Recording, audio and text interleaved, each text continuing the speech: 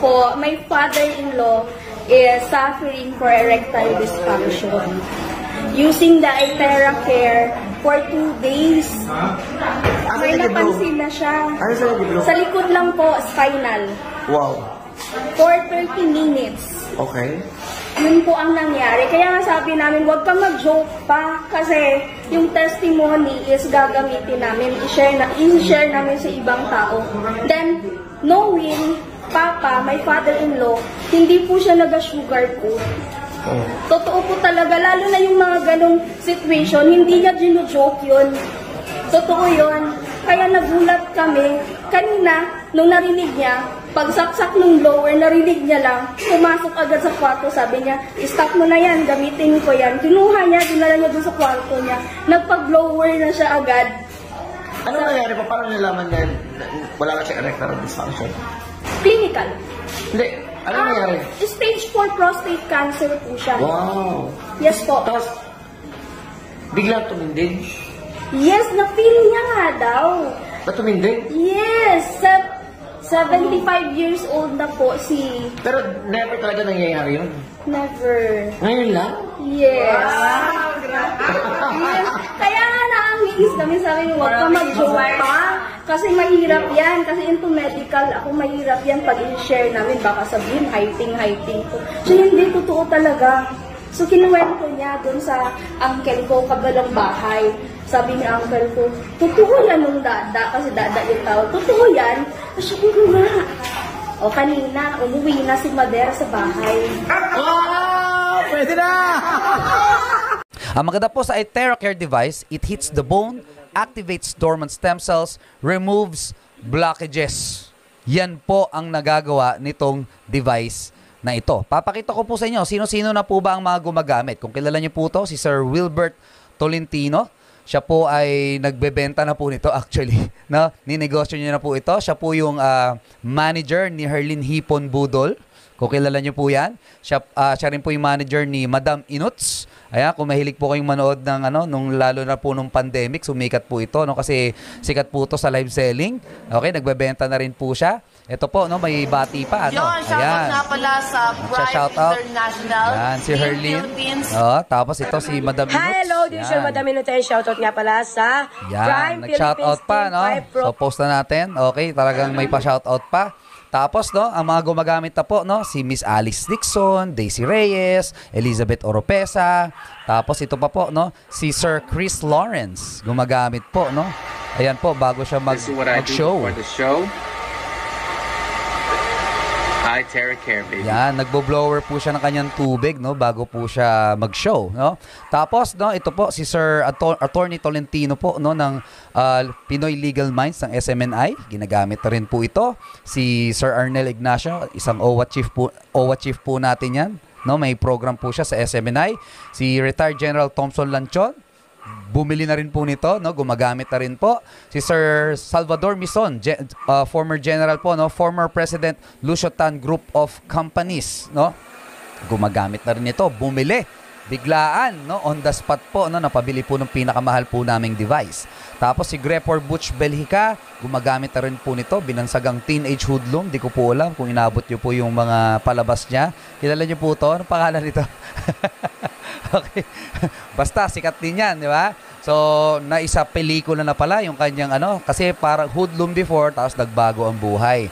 Tapos si Butch Dicini, pinsan po ni President BBM, bumili na rin, gumagamit na rin. Congressman Attorney Jun Chipeco, gumagamit na rin. Congressman Romeo Halasjos, gumagamit na rin. Senator Alan Peter Cayetano, gumagamit na rin. Senator Manny Pacquiao, gumagamit na rin. No? Ayan po, no, may sample pa. Ayan, no, siya po yan, no, gumagamit na rin po, no.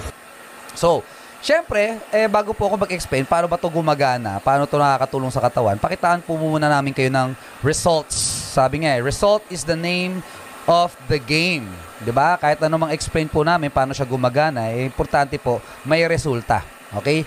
So, ito po, no, very good po itong device na ito sa mga diabetics. Ito po, no, isang testimony from 291 sugar level, after 18 minutes of therapy, naging 256. Wow! Di ba? Ang galing, no? Vinlag po yan ng isang kaibigan po natin. Ayan, no? Nag-therapy siya dyan.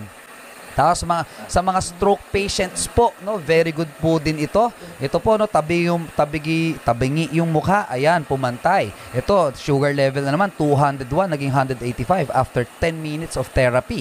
Ito naman po, no, paralyzed person po, no, taga Cebu ata to, no. So first day, syempre first day, hindi pa niya naigagalaw. On the 8th day, naigagalaw niya na po ang kanyang binte. On the 53rd day, tingnan niyo po, nagwa-walker na. 53rd day. Wow. Di ba? Tapos ngayon po, no, nakatayo na mag-isa. No, nakapagpapicture-picture na. Ang ganda na ng ngiti. Bumata ang itsura. No, nakakatuwa. No, naka-recover po. Ito naman po, no, sa mga may arthritis. Diyan po ba sa barangay nyo, sa lugar nyo, may mga taong may arthritis, rheuma? Meron po ba? Di ba? Uso po yan, no? Lalo na sa mga oldies po natin, no? So, ayan po, no? Hindi po maka-close open ng ayos. Ito po, nakaka-close open na. Varicose veins. Wow! In just 2 months, no? Ng therapy po, tuloy-tuloy lang. Ano po nangyari? Lumubog. Wow! Pakisabi po, wow. Type naman dyan, wow!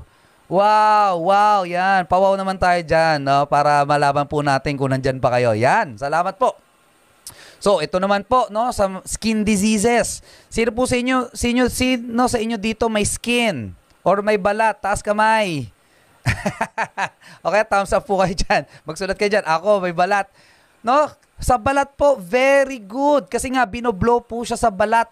No, nakakatuwa, no, kasi pati po balat, no, napapaganda po. Tapos sa mga may facial, syempre facial skin, no, nakakatulong po, nakakabata.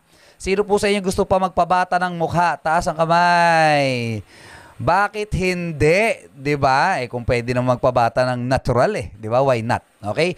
Hair color and growth. Anong ibig sabihin nito? Ito po ang nipis na ng buhok, nagpuputi, gray na po yung kanyang buhok, no? After therapies, okay? Nangyari po, kumapal at bumalik po yung itim na buhok. Wow! Diba? Tapos ito po, no, bone to bone na po yung kanyang tuhod, no, masakit na po yan pag nilalakad. After 6 weeks of therapy, luminya po yung cartilage niya. 6 weeks. Nakakatuwa, no, ang galing. Next, ito naman po, no, aneurysm po, yung testimony po niya, no. Noong January 22, first time po siya na therapy. January 31, ayan, nakalabas po, no, at nakapag-try na po maglakad. Wow, ngayon po normal na po siya naglalakad, no? Naka-recover na po siya, no? Ito naman, osteoporosis, bedridden na lola, 93 years old. 2 months of therapy, hindi na po nakakaalis siya, kaya nga bedridden hindi na po nakakaalis ng kama, no? After 2 months of therapy, ngayon nagsa-cycling na. Nakakakilos na ng mas maluwag, ng mas maayos. Wow, 'di ba? Ang galing.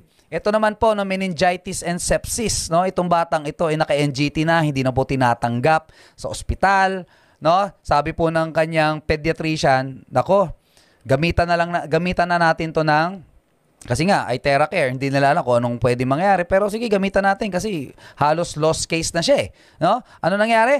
2 weeks of therapy. Nakatindig muli ang batang ito. 3 years old. Grabe, palakpakan naman natin yan. Grabe. Isipin nyo po, no, ang galing, no, kung meron ka dito sa bahay mo, iba, no, dapat magkaroon ka na agad dito sa bahay mo. Ang good news ko po sa inyo, nung after 2 weeks, ganyan itsura niya, ngayon po, eto na siya. O, di ba, nakakatayo na mag-isa, di ba, ang ganda pa ng forma, no, nakakatuwa, no. Next, eto po, matindi to. Ganyan lang. Ito si ma'am, ano siya, meron siyang frozen shoulder. Hanggang ganyan lang yung pag-angat niya ng braso. Hanggang ganyan lang. Hindi na pwede. Hindi pwedeng paaganon, hindi yung pagilid lang, hanggang dun lang. Ano po nangyari? Fast forward, tinerapy po siya, nagulat siya. Naigagalaw niya na. Parang I can feel it na siya. I can feel it. Diba? Tapos, tignan niyo po yung, yan, tignan niyo po yan. Naiangat. Ayan, oh. So, diba? Wow. Ilan po yung kaibigan niyo po na matagal na pong nagtitiis sa mga chronic pain, na ipit daw ang ugat, 'di ba? Hindi na makakakilos ng maayos. Ayan po. No, pwede pa lang gamitan muna nito. 'Di ba? Kaysa magpa-opera ka na agad. 'Di ba? Ito naman si Kuya. Kuya Edwin, kanina bago kay therapy, ayan, ganyan ako maglakad. Ganyan ako maglakad. O, ngayon, tingnan mo. Tingnan mo.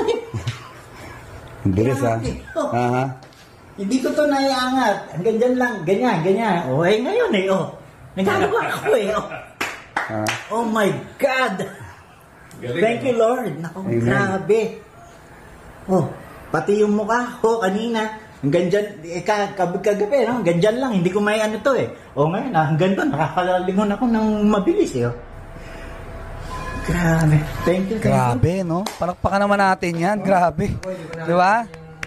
May sasabihin pa siya dyan. Error kasi strip na to eh. Yes. Anong masasabi mo, Daddy Bro, sa... Thank you, ay Tera. Grabe. Naku, maniwala kayo. Ito ako na. 2 months ago, second stroke na ho ako. May heart attack pa. No? May mild heart attack. Ito ngayon. Kaya tuloy-tuloy to. Sigurado. Pagka tinuloy-tuloy na. First session pa lang mo to. First session. 30 minutes Thank ko you. po siyang sinession yan. Tapos ito pa, isa pa. Staggering testimony. Full stroke po itong babaeng ito. Hindi po na igagalaw ang kanyang kaliwang kamay. Naiangat. Next. Ayan po, yung kaliwang paa niya, hindi niya po na igagalaw yan. No? Naiangat na naman. First therapy po yan. First therapy. Ano ba nakangat yung paa mo? Alam mo? Yan ba yung kaliwa niyang paa? Yan yung hindi mo nakikilos? Gulat na gulat yung ate. Ha? Subukan Ito mo pa. na, ibababa mo naman siya na hindi mo tutulungan ng kaliwa. Sige. Try ko ha. Okay.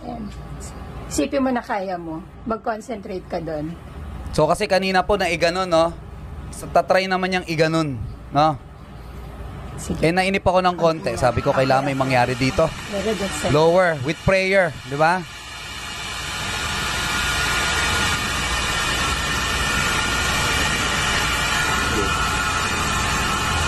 Ala, naangat ko na rin yung sarili ko. Ala! Dati hindi. Oh my gosh! Hindi na kaya pag walang hawak. Grabe. No, grabe, no? Kailangan ko may hawak. First therapy po yan. Although we are not promising na tuwing magpa-first therapy po kayo, eh ganyan po katindi agad yung magiging result. Ang tawag po dito ay therapy. Na dapat po tuloy-tuloy. Ito po ang update sa kasunod na video. Dating hindi po nakakapaghugas ng plato, ngayon po naghuhugas na. Nakakaligo na po mag-isa. Nakapagbihis na po ng sarili niya. Yan po ang update po sa kanya ngayon. Kaya palakpakan naman natin yan. Grabe. Diba? Eh siya po, 4 years stroke na. 4 years paralyzed na po yung kanyang left side of the body. Ngayon po, no, road to recovery. Nakakatuwa, no? Ang ganda po talaga ng effect ng produkto po natin, no? To God be the glory.